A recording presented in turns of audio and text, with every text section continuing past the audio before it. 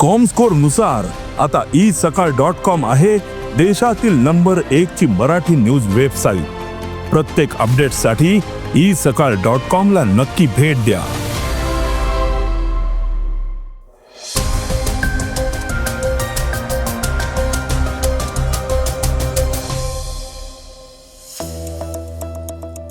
पुण्यातल्या अल्पसंख्याक शाळांची तपासणी करण्याचे आदेश देण्यात आलेले आहेत. तर युद्धादरम्यान इराणला एक नवीन सर्वोच्च नेता मिळालाय. महाराष्ट्र सरकारनं राज्यव्यापी HPV लसीकरण मोहीम सुरू केली आहे. तर शिक्षक भरतीच्या प्रलंबित प्रश्नांवर आझाद मैदानात उपोषण होणार आहे. भारतात खताच्या पुरवठ्याला धोका निर्माण झालेला आहे. तर रशीद खाननं अफगाणिस्तान सोडलंय. हिंसाचार प्रधान चित्रपटांच्या ट्रेंडवर करीना कपूरनं मत व्यक्त केलंय. या बातम्या आपण आजच्या पॉडकास्टमध्ये ऐकणार आहोत. नमस्कार, मी गौरी कुबेर. आज 9 मार्च वार सोमवार. तुम्ही ऐकत आहात देशातील number 1 Marathi news website isakal.com चं पॉडकास्ट. पॉडकास्टची पहिली बातमी अल्पसंख्याक दर्जाच्या शाळांची. अल्पसंख्याक दर्जाच्या शाळांमध्ये प्रवेश घेतलेल्या एकूण विद्यार्थ्यांपैकी किमान 51% विद्यार्थी संबंधित अल्पसंख्याक समुदायाचे आहेत की नाही याची चौकशी करण्याचे आदेश विभागीय शिक्षण उपसंचालक डॉक्टर गणपत मोरे यांनी दिले आहेत. या निकषांची पूर्तता न करणाऱ्या शाळांवर कारवाई करण्याचे आणि या संदर्भात सविस्तर अहवाल सादर करण्याचे निर्देश सुद्धा देण्यात आलेले आहेत.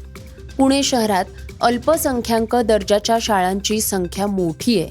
गेल्या 4-5 वर्षात अनेक शाळांनी शिक्षण हक्क कायद्याअंतर्गत 25% प्रवेशाच्या आवश्यकतेतून सूट मिळवण्यासाठी भाषिक अल्पसंख्याक दर्जा मिळवलाय.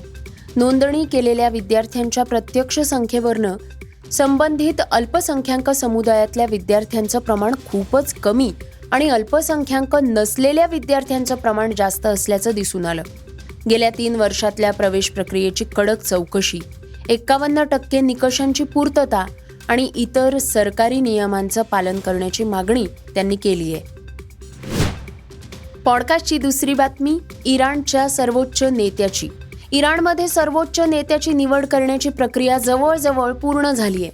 परंतु त्यांची नावं अद्यापही अधिकृतपणे जाहीर झालेली नाहीयेत. हा निर्णय देशाच्या शक्तिशाली धार्मिक संस्थेनं तज्ज्ञांच्या सभेनं घेतलाय. ही 88 सदस्यांची परिषद आहे जी इराणच्या सर्वोच्च नेत्यांची निवड करते. परिषदेचे सदस्य अयातुल्ला मोहम्मद मेहदी मिरबाखेरी यांनी असं सांगितलं की बहुतेक सदस्यांनी नवीन सर्वोच्च नेत्याच्या नावावर एकमत केलेलं आहे. त्यांनी असंही म्हटलं की अंतिम घोषणा होण्यापूर्वी काही प्रक्रिया बाकी आहे. या प्रक्रिया पूर्ण झाल्यानंतरच नवीन नेत्याचं नाव सार्वजनिक केलं जाईल. शनिवारी परदेशातील एका वरिष्ठ धर्मगुरूंनी सांगितलं की पुढल्या सर्वोच्च नेत्याची निवड करण्यासाठी सदस्य एका दिवसात भेटू शकतात. निर्णय कसा अंतिम करायचा यावर आता मतभेद निर्माण झालेले आहेत. काही सदस्यांना समोरासमोर औपचारिक बैठक व्हावी अशी इच्छा आहे, तर काहींना सुरक्षेच्या कारणास्तव बैठकीशिवाय निर्णय जाहीर करण्यात अनुकूलता आहे.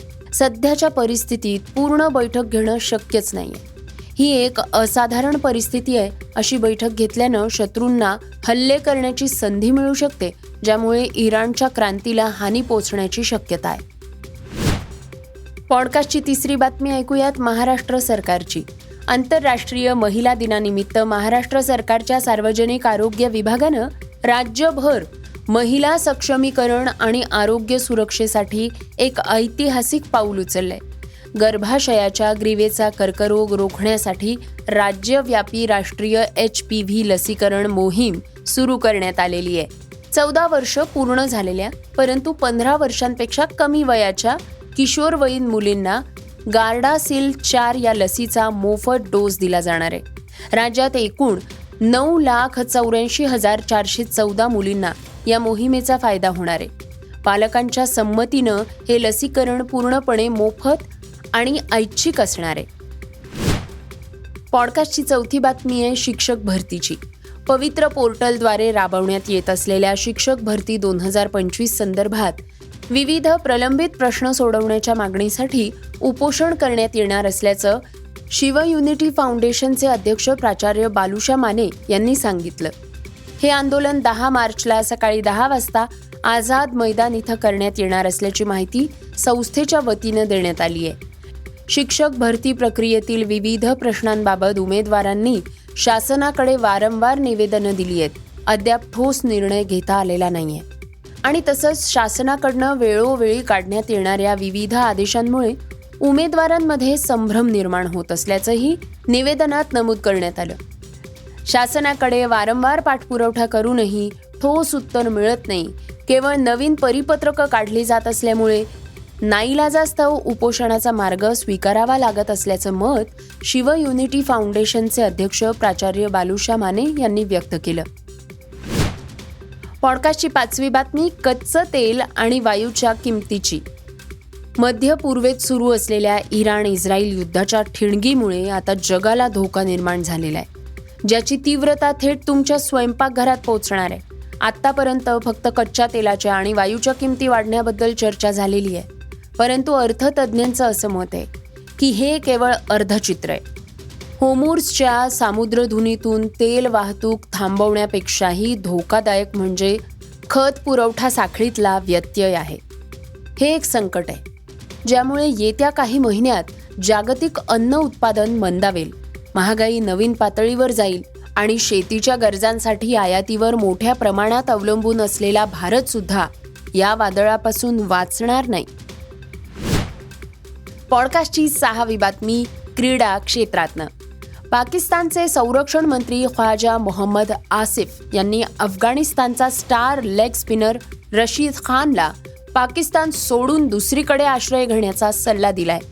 अफगाणिस्तानमधल्या वाढत्या सुरक्षा धोक्यांमुळे रशीद खान आणि त्याचं कुटुंब पेशावरमध्ये राहत आहे. या बातमीनंतर पाकिस्तानी संरक्षण मंत्र्यांनी इन्स्टाग्रामवर एक पोस्ट लिहिली आणि म्हटलं की त्यानं दुसरीकडे आश्रय घ्यावा.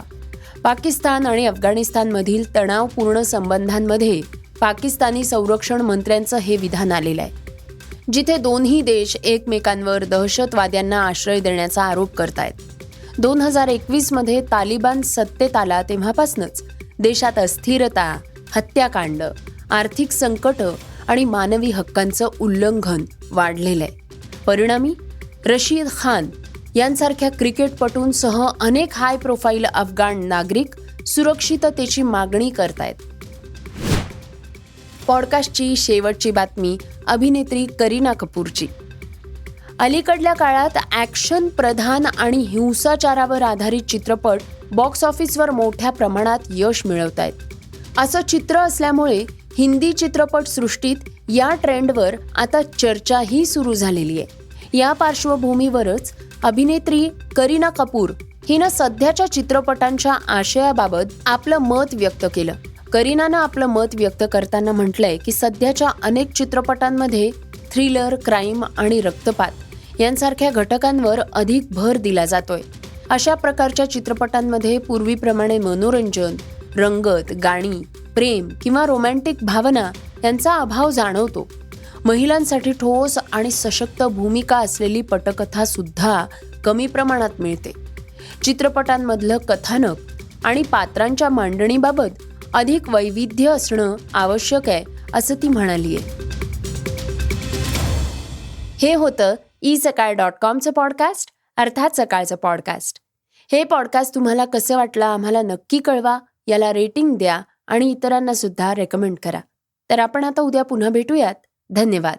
Script and research Vrushal Karmarkar.